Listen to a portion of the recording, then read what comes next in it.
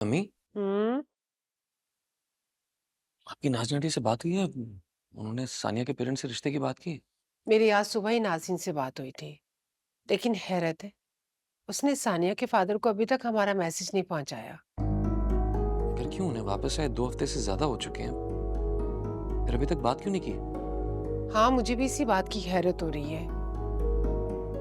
उसको तो सिर्फ मैसेज ही देना है ना। रिश्ते की बात तो हमने खुद जाके उनके घर करनी है।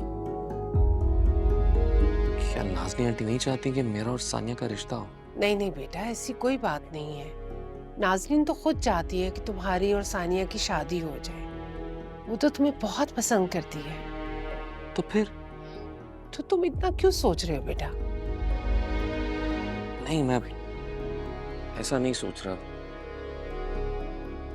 बट आई फील कि कहीं ऐसा तो नहीं कि उन्होंने सानिया से पूछा है, उसने इनकार कर दिया है, इसलिए नाज़नीन आंटी आपको टाल रही हैं। तुम ऐसा क्यों सोच रहे हो? एक्चुअली पिछली 1-2 मुलाकातों में जिस तरह सानिया ने मुझे इग्नोर किया है, मुझे लगा जैसे वो मुझे नापसंद करने लगी है।